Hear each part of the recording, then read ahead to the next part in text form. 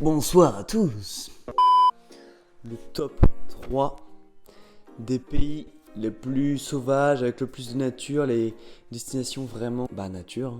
Donc pour cette vidéo, j'ai fait des petites recherches et j'ai décidé de prendre 3 pays qui, selon moi, sont les plus nature, permettent le plus de se déconnecter de la société. Et ben voilà, je vais vous montrer des petites vidéos que j'ai trouvées sur internet et je vais vous expliquer, je vais vous faire une brève description de chaque pays. Voilà, c'est parti. Et bien sûr, comme vous pouvez vous le douter, il y a le Costa Rica dedans. Eh oui. Premier pays. Je vais pas faire de classement parce qu'en fait les 3 pays sont vraiment super bien. Ils ont beaucoup de nature, mais c'est des pays qui sont vraiment totalement différents. La nature elle est pas du tout pareille. Il y en a un ça va être plus désertique, l'autre ça va être plus tropical et l'autre ça va être un mélange des deux. Puis il n'y a pas vraiment de plus ou moins. Forcément moi je préfère plus le Costa Rica, plus le côté tropical, mais après ça dépend de vous, ce que vous préférez. Donc je pars sur le premier pays. Le premier pays c'est la Nouvelle-Zélande. Donc la Nouvelle-Zélande qui se situe au sud-est de l'Australie. Vous y êtes. La Nouvelle-Zélande c'est assez particulier parce qu'en fait c'est séparé en 2 îles. Il y a une île au nord, une petite île au sud. Sa capitale c'est Wellington. Il y a 5 millions d'habitants en Nouvelle-Zélande, donc c'est pas mal quand même. Sur l'île au nord, c'est une île qui est un peu plus chaude en fait. Forcément elle est au nord. Et il y a plus de collines. Il y a des plages qui sont plutôt sympas. Il y a aussi pas mal de volcans. Et sur l'île au sud, c'est une île un peu plus sauvage, avec des montagnes qui ont des plus hauts sommets. C'est pas des collines, c'est vraiment des montagnes là. Et il y a de la présence de glaciers parce qu'on est proche de l'Antarctique. Et pour les paysages, vous savez que la Nouvelle-Zélande, il y a le Seigneur des Anneaux qui allait tourner en Nouvelle-Zélande en fait. Donc il y a des paysages qui sont propres aux îles de Nouvelle-Zélande. Après, concernant le climat, c'est un climat tempéré océanique. Donc ça va de 0 degré à 31 degrés. Et un truc qui est assez fou, c'est que 80% de la flore de la Nouvelle-Zélande, elle existe que dans le pays. C'est-à-dire que vous la retrouvez pas dans le monde quoi. Genre c'est pas en France que vous trouverez un arbre bizarre, tu vois. Et dernière petite info pour la Nouvelle-Zélande. 30% du territoire est protégé. Donc c'est énorme, ça fait presque un tiers. Un tiers du territoire protégé, pas mal.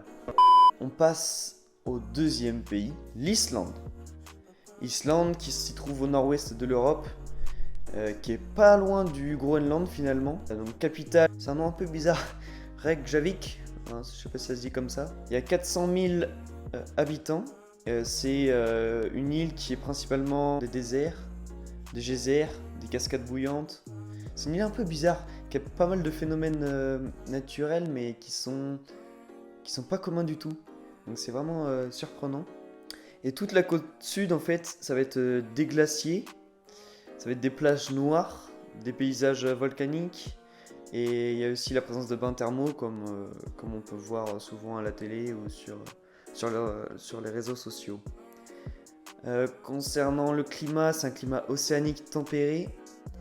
Il y a plus de la moitié de l'Islande où c'est du désert. C'est vraiment désertique. Et faut savoir que, quand je vous disais que c'était pas du tout les mêmes, c'est que là il y a que 13% du territoire où c'est de la nature, de la flore, donc des plantes, des arbres, donc que 13%. Ça nous fait pas beaucoup. Et il faut savoir que l'Islande c'était la terre des Vikings à l'époque. C'est eux qui ont colonisé l'Islande. Et sinon, dernier pays, le Costa Rica, qui est en Amérique centrale. Sa capitale c'est San José, il y a 5 millions d'habitants. Et en fait dans le Costa Rica, presque tous les habitants sont dans la capitale. Donc autour, c'est très très nature. Il y a 20 km de largeur, en fait le Costa Rica c'est vraiment un tout petit pays qui est juste en long comme ça. Et en fait sur toute la côte Caraïbe, il y a des plaines en fait qui longent les plages. Il faut savoir que ces plaines-là, elles représentent un tiers du pays. Donc c'est vraiment un pays qui est très très très très très nature. Il y a pas mal de volcans éteints. Et il faut savoir qu'il y en a 6 actifs quand même. Peut-être que je vais me faire cramer la figure. C'est un climat qui est tropical, forcément on est proche de l'équateur.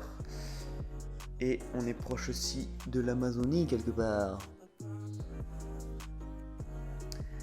Et en fait, ce qui est particulier avec les climats tropicaux, c'est qu'il y a une saison sèche, donc une saison où il fait chaud et sec, comme son nom l'indique. Et cette saison sèche, elle est de décembre à avril. Et après, de avril à novembre, c'est la saison humide, donc avec des fortes précipitations, des températures un peu moins élevées. Et donc ça, c'est typique au climat tropical. Et un truc qui est très important aussi au Costa Rica, c'est que 25% du territoire, c'est en fait des parcs nationaux, donc des parcs protégés, des parcs qui sont préservés et qui sont payants aussi, pour justement ralentir un peu les touristes qui pourraient être amenés à détruire un peu la nature. Et ouais, j'ai vu cette info aussi sur internet, c'est assez fou. 6% de la biodiversité mondiale, donc de la faune et de la flore, elle est concentrée dans le pays. Donc c'est fou. C'est-à-dire que 6% des plantes qui existent dans le monde, on les retrouve dans le pays. 6% des animaux qu'on retrouve dans le monde, il est concentré dans le pays. Je trouve que c'est énorme. On dirait pas comme ça parce que 6% c'est pas un gros chiffre.